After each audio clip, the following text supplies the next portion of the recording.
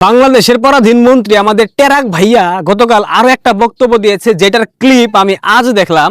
সেই ক্লিপের একটা অংশ আপনারা দেখেন।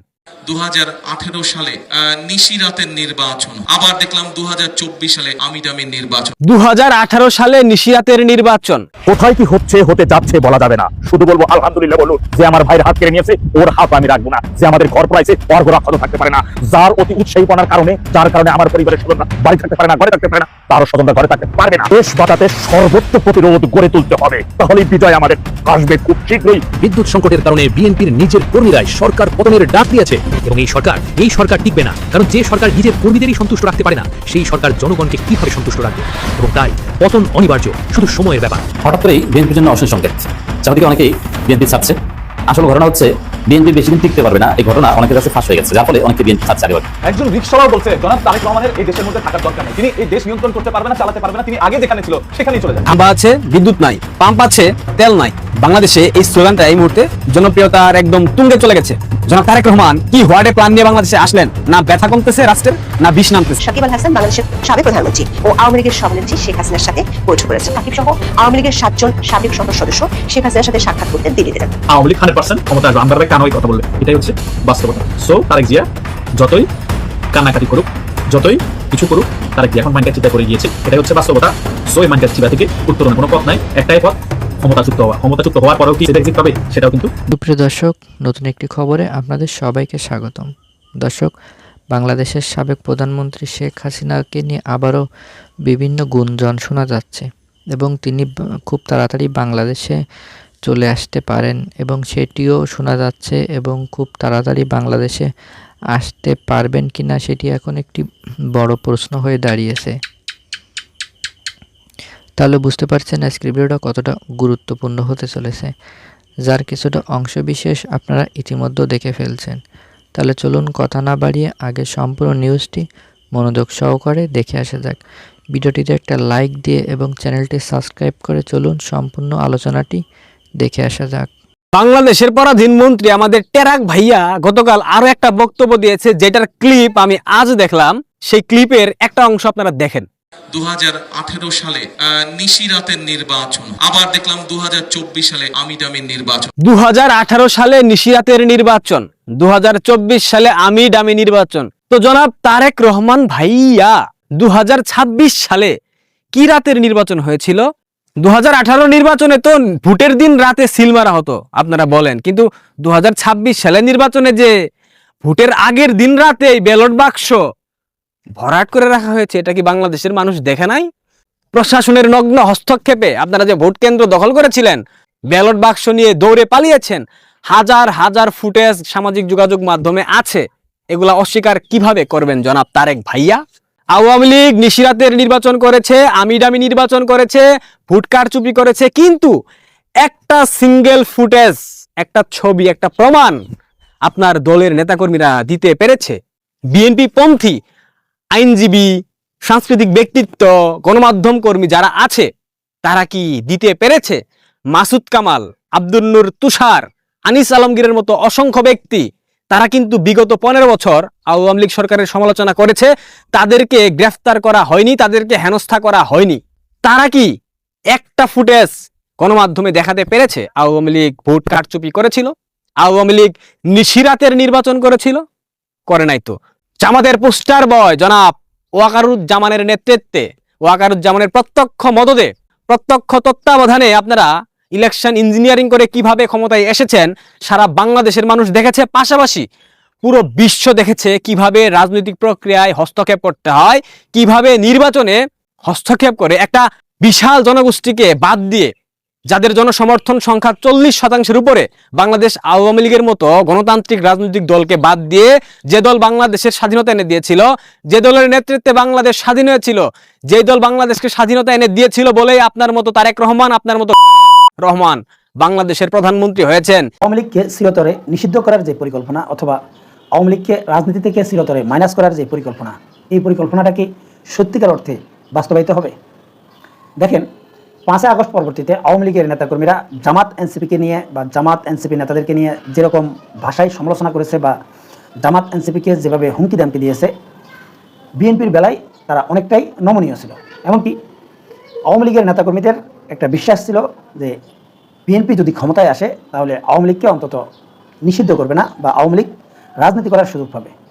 এর বাইরে বিগত 12 ফেব্রুয়ারি নির্বাচনের আগে আপনারা দেখেছেন যে আওয়ামী লীগ সরাসরি বিএনপিকে সমর্থন না করলেও, এমনকি আওয়ামী লীগের শীর্ষ নেতারা ভোট বর্জনের ডাক দিলেও, স্বয়ং শেখ হাসিনা ভোট বর্জনের ডাক দিলেও আওয়ামী লীগের অনেক নেতাকর্মী বিএনপিকে ভোট দিয়েছে এবং বিএনপির পক্ষে কাজ করেছে। এর বাইরে নির্বাচনের আগে বিএনপির যে পলিসি, নির্বাচনী যে পলিসি, এই পলিসি ছিল তারা আওয়ামী লীগ ইস্যুতে নানা রকম নমনীয়তা দেখিয়েছে। এমনকি তারা এ জাতীয় বক্তব্য দিয়েছে যে কোনো রাজনৈতিক দলকে নিষিদ্ধ করার পক্ষে বিএনপি না, কিন্তু বিএনপি ক্ষমতায় আসার পর আওয়ামী লীগকে নিষিদ্ধের যে আইন, এটা কিন্তু সংসদে তারা পাশ করেছে এবং আওয়ামী লীগ আইনগতভাবে এখন সম্পূর্ণরূপে নিষিদ্ধ। এখন প্রশ্ন হচ্ছে যে আওয়ামী লীগকে নিষিদ্ধ করে বা আওয়ামী লীগকে নিয়ে বিএনপির ভাবনা বা কোন প্রক্রিয়ায় আওয়ামী লীগকে চিরতরে বিএনপি নিষিদ্ধ করার পরিকল্পনা করছে, এই বিষয়গুলো নিয়ে কিছু আলোচনা করা প্রয়োজন। তাই প্রত্যেককে অনুরোধ করবো যে আমার সম্পূর্ণ ভিডিওটা শোনার জন্য এবং দেখার জন্য। দেখেন, আওয়ামী লীগ এখন আইনগতভাবে নিষিদ্ধ দল। অতএব আওয়ামী লীগের জনপ্রিয়তা কত পার্সেন্ট রয়েছে বা আওয়ামী লীগ নির্বাচনে কত পার্সেন্ট ভোট পাবে, এই বিষয়গুলো নিয়ে এখন আর চিন্তা করার বিষয় নেই। এটা তখনই আসবে বা এই ব্যাখ্যাটা তখন আসবে যখন আওয়ামী লীগ রাজনীতি করার সুযোগ পাবে। এখন প্রশ্ন হচ্ছে যে এই যে আওয়ামী লীগ রাজনীতি করার যেই সুযোগটা তৈরি করবে বা তৈরি করতে পারে, এটা কিভাবে সম্ভব? দেখেন, বর্তমান এই পরিস্থিতিতে আওয়ামী লীগ রাজনীতিতে ফিরে আসার মানে 3টা সুযোগ রয়েছে। একটা হচ্ছে কোনো সেনা অভ্যুত্থানের মাধ্যমে যদি